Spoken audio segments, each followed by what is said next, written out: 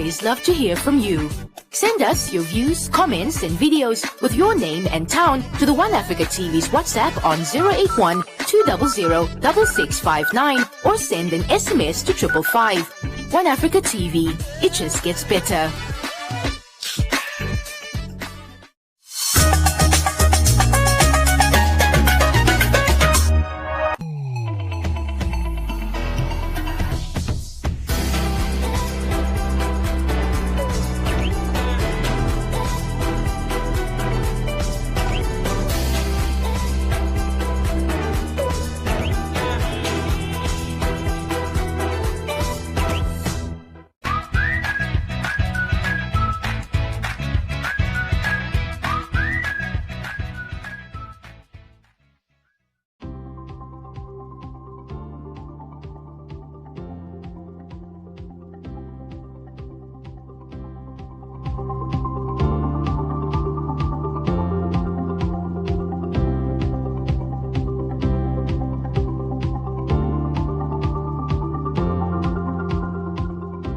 Good morning. We are busy with economic lesson from the NSSC ordinary syllabus of Namibia, and we are still at 2.1, which is about business types, and we still are busy with the private sector. You can go to the slide in the previous lessons and see all the business types in the private sector. We are doing the private limited companies today and the public limited companies. Okay, we look first to the features of a private limited company. They say that the shareholders is the owners. So from now on, if you talk about the owners, you use the word shareholders. That is important. Capital is divided into shares. So if they need capital for the business to expand or to start up, they issue shares to get the capital. And then me and you will buy that shares. That is how they get their capital together. And the only evidence we will have, if we give them capital, they will give us a share certificate that say you own share number 50 to 150 with your name on it. If you sell it, you will hand over the certificate to somebody else, which is then in possession of that shares. Profits are divided into dividends between the shareholders according to the number of shares and the type of shares they have. We will talk later on about the type of shares. Then another feature is there can be one person in a private company, but the maximum is 50 shareholders. You can't sell your shares on the stock exchange if you are part of a private company. That is important. And for you to know if you want to sell your shares, so say for example, I want to sell my shares of this private company to somebody else, then the rest of the shareholders must first give me permission. So this shares is normally sold to family and friends. That's why they call it a private company. And they decide who they want to allow into this business. So you can't sell it to anyone of the general public. So that is very important for you to realize that you must get permission from the rest of the shareholders of a private company. It's also very important benefit that a private company is a legal person on its own. You remember then they are responsible for their own debts. The next point is that you will always see in the name Pty Ltd behind their name. And that identifies for you that you are working with a private company. And the rest is that the shareholders get the benefit of limited liabilities. They are not responsible for the debts of the company. And that encourages more people to invest and buy shares in a private company because they don't have to cover the debts. And that is a benefit for them. It's difficult and it's very expensive to set up companies, not only private companies, but also public companies, because there's lots of laws and requirements which you must adhere to. Shareholders are will normally elect a board of directors to manage private companies. You must remember, if it is a very big private company, then they will elect any person. The person don't even have to be a shareholder. And then another, if it is small and you are just 5 family members, an uncle and a brother and a father and so together, then you can also be the board of directors and act as the board of directors. That means that the ownership and the control are normally in different hands. Sometimes where it is small, is in the same hands. That means the owners can also manage the private company. Over here you can again do group work and again identify advantages of private companies and disadvantages. You have now learned in the previous lessons how to do this, because this will benefit you if you come in an exam and they ask you advantages or disadvantages, or what is good about moving to this type of business form. Okay, and look for businesses in your community or in your country which have the words Pty Ltd behind it, and you will know that you are working, or this is an example of a private limited company. Some business that most of you know is Pupkewitz. They are part of a private limited company. They are in the hands of the most shareholders is family. So that is a good example for you. Okay, then we have the advantages of a private limited company. The continuity. If one shareholder died, the business continue. They can raise more capital. You remember it's 1-50 than in the case of close corporations or partnerships or obviously sole traders. And the profits is taxed, but dividends that you receive as a part of the share are as a part of the profits that are not taxed at the moment. They are talking about that, the government, but not yet. You are not required as a private company to publish your financial statements. And then lastly, the shareholders benefit from limited liability, that they don't have to cover the debts of the business, and that encourage investment. So these are all the 5 that I could get together of advantages. Then we look at the disadvantages. There are 3. It's more complicated and time-consuming and expensive than a CC to set up. The managers by directors. If it is small, it is managed by the shareholders. So there can be sometimes a problem that the directors don't really understand what the aims is of the shareholders and what they want to achieve for their business, if they are not the same person, the owners and the management. So that can cause disruption or disagreements. And then the disadvantages, they can't collect as many capital as public companies. We will see if we continue with public companies. So that is what I have for you at the moment on private companies. We will now look to public companies. You can also get a question, you will later on see between the difference of when is it a private company and when it is a public company. So we look at the features. Public limited companies can start with a minimum of 7 shareholders. The maximum is unlimited. It can be any amount. And then shareholders will have limited liability. They are not responsible for the debts of the public company. It's very important that you understand the legal person and understand the effect of this. It can be asked in a definition for you.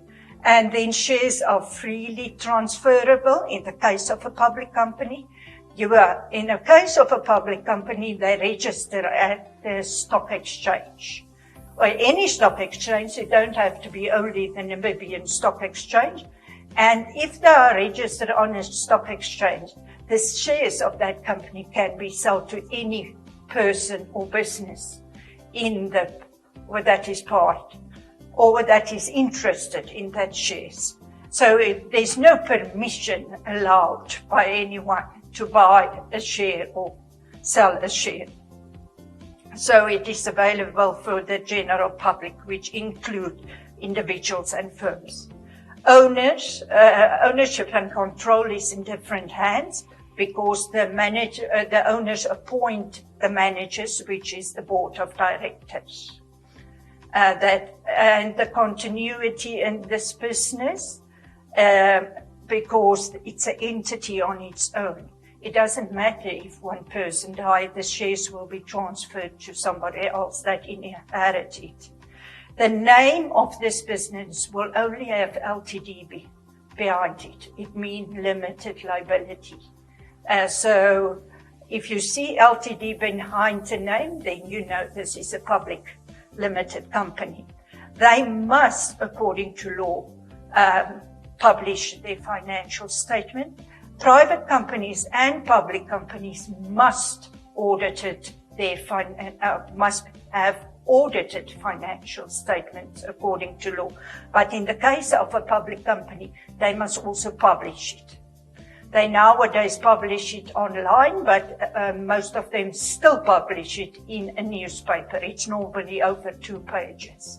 Like, say, Bankfund, for example. That's a clear example that you can look at. Banks do that because the banks, big banks in our country, are all public limited companies.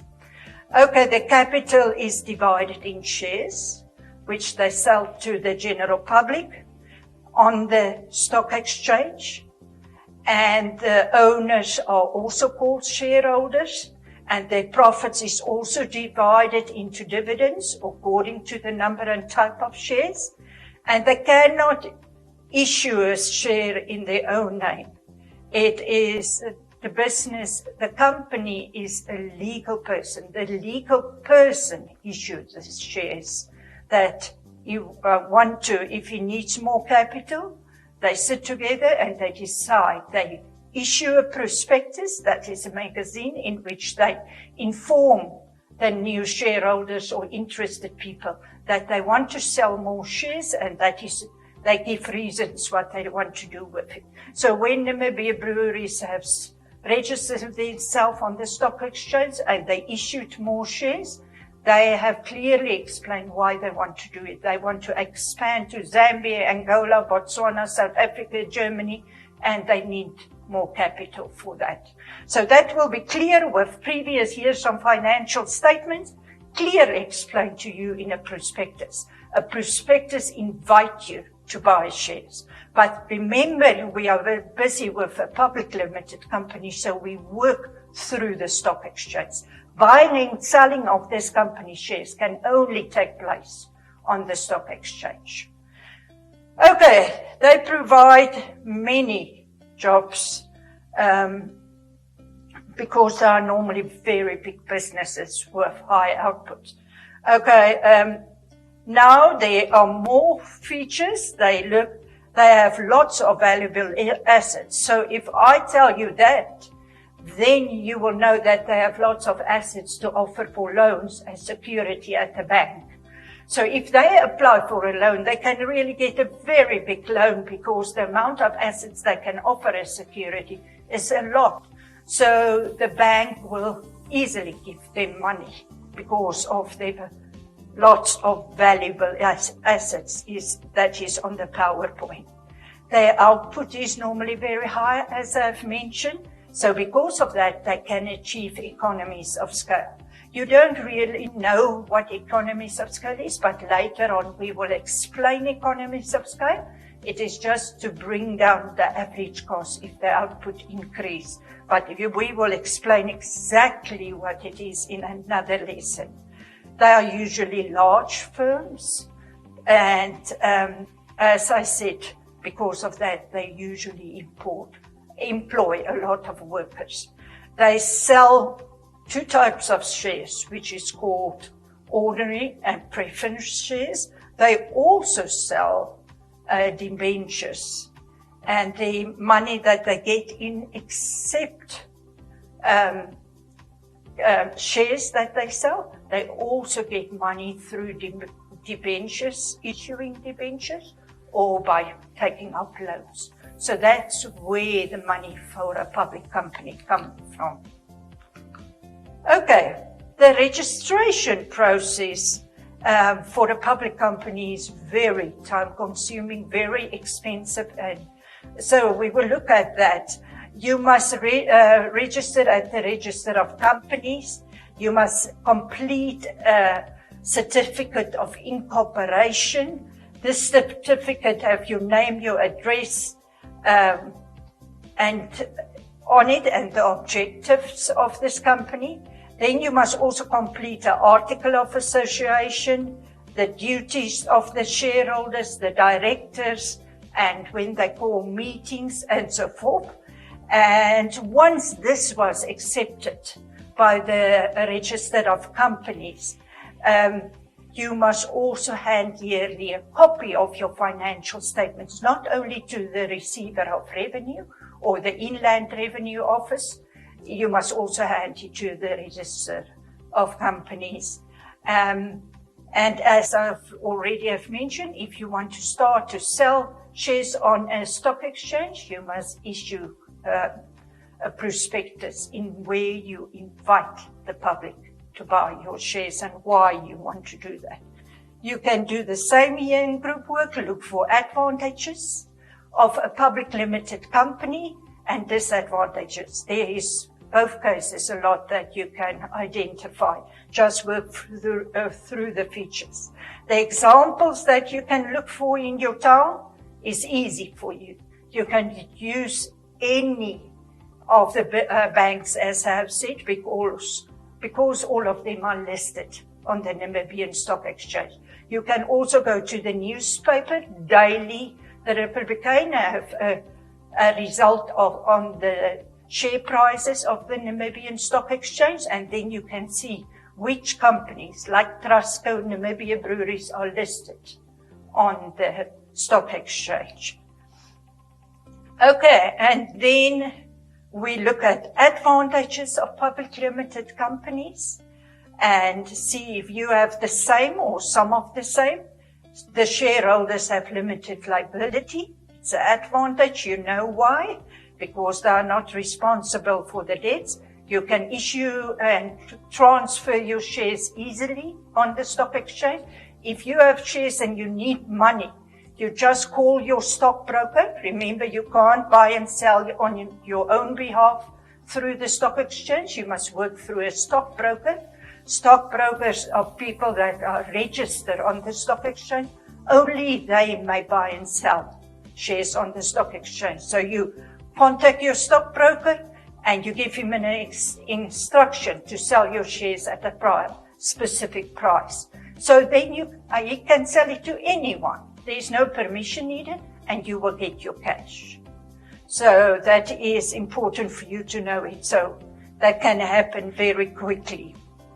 Then, because they sometimes produce on large scale, as I said, or mostly produce in large scale, they have the benefit of economies of scale, which their average cost can decrease the more they produce. Okay, the last point of the advantages of public limited companies is that they can get more capital together, because obviously, as you have seen, there's no limit to the amount of shareholders that can buy shares in this company. Then the disadvantages, there are many formalities, expensive and time consuming, There's a separation between the owners and the management, which can cause problems because they may not run it in the way you want it to be run as an owner. And then they must publish their financial statements, and anyone can see their competitors also. And not only a disadvantage that the financial statement is very expensive because it must be done by a chartered accountant. And then it's possible for outsiders actually to take over your firm by just buying as many shares as they can. And you remember, if you have more than 50% of the shares, you can have more votes than the rest, so then you can take control over decisions in a company. It's very important for a teacher to realize that this work that we are busy with can be very boring for the students. So they must implement games in between where the students learn these features, look for advantages, disadvantages, that it become interesting. I normally set up quiz and then say, tomorrow we have a quiz, and the one that wins this will get a lolly or some sweet or something like that, that they are encouraged to study. They come with the questions themselves. Each one bring me a question, and we ask the questions then on 2 topics or 3 topics or 4 topics. Just something to make this more interesting for the students. Okay, I have a homework. Explain what is a dividend and how it is divided for 3 marks. And then I have look at the advantages for a private limited company and a public limited company, and discuss the disadvantages of a public limited company. Okay, and then I have exam and test questions which you can use as a teacher. Why can public limited companies sell their shares on the stock exchange? You can look at the reasons for that. Why can't private limited companies or closed corporations do it? Discuss the difference between a preference and an ordinary share. There you must use your textbook and get as many information as possible together. And then on point C, that I have here, what is the benefits that a public limited company like, say, Bank Vintu will bring to a country like Namibia? Why is it good that there are public limited companies? You can look for 5 good benefits that it will bring to our country. And then choose the best business type for 4 lawyers if they want to start up a business. So think of reasons. What will be the best business type? So you don't just suggest, you must give reasons. No? Okay, that's all for today. Please remember to make it interesting for the students.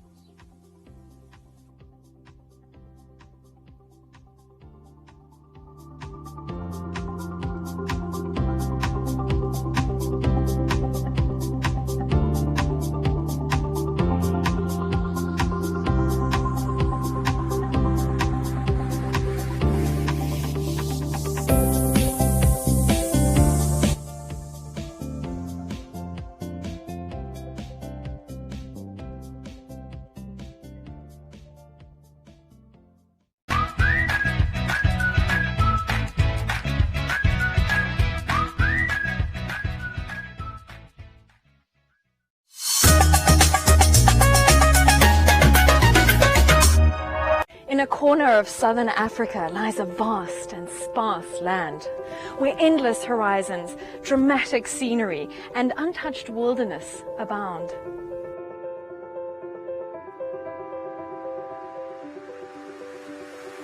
(1,500 kilometers of harsh desert coastline, a mosaic of biodiversity, sub-Saharan savanna, acacia bushland, encased by 2 deserts. home to wildlife and wilderness abundant, yet ever at risk. This is Namibia, home to some of the most noteworthy conservation success stories across the globe.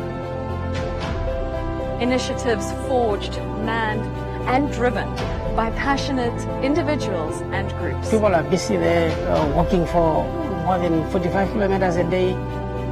Special species and wild locations under constant threat from an increasingly destructive developing world. One of the world's true survivors. This is the story of the Namibian wilderness, the stories of the enigmatic wildlife and natural wonders of her realm.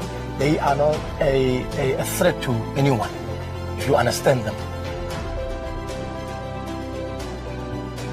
This is the story of those determined to preserve it, and thereby themselves. Don't think I want to tell my children one day that we had rhinos in Namibia. I want to show them live rhinos.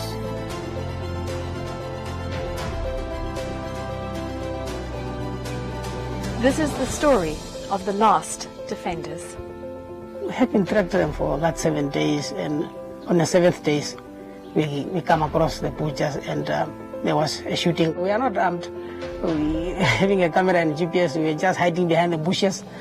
If I don't protect this species, who's going to do that? So is that why I sacrificed my life to go on conserve the rhinos.